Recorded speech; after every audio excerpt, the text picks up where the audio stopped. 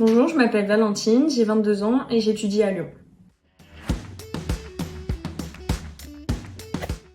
Je ne suis pas une très grande fan de l'émission Eurovision, principalement car je ne l'ai jamais regardée, que ce soit seule ou bien avec ma famille. Peut-être que je l'ai regardée une fois de manière assez rapide.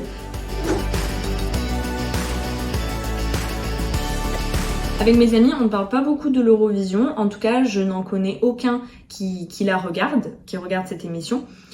Par contre, on peut être amené à parler des candidats qui représentent les pays, si par exemple ils sont intéressants, ou bien s'ils étaient déjà connus avant de faire l'émission.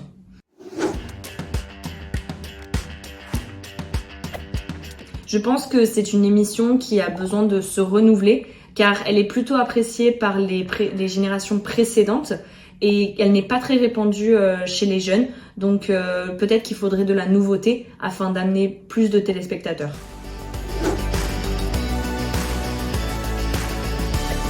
Je me souviens simplement de candidats qui m'ont marqué avant ou après la diffusion, comme par exemple des candidats qui étaient considérés comme atypiques. Je me souviens là plus récemment de Maneskin notamment, qui avait fait un carton, leur chanson Begging était passée tout l'été à la radio.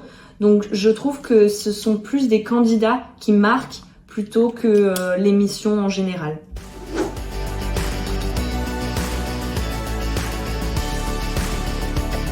Il me semble que le système de vote est assez compliqué puisque l'on peut voter pour 3 pays mais parfois plus.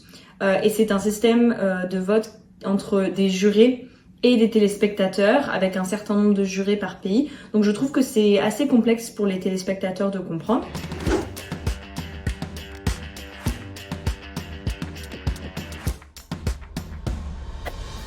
Je trouve que l'objectif de promouvoir la paix pour un télécrochet, c'est quelque chose d'assez compliqué, notamment parce que ça reste aussi une compétition. En revanche, le fait de pouvoir voter pour plusieurs pays, je trouve ça bien, car c'est plus juste, comme j'en ai parlé précédemment.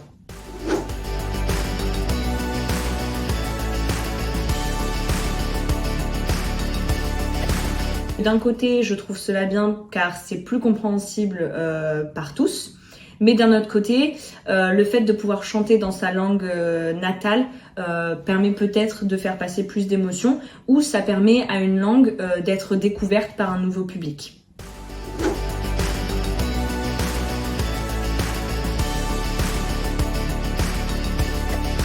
Peut-être pas à l'international, je pense que pour lancer une carrière internationale, il faut vraiment que le titre joué devienne un hit, peut-être.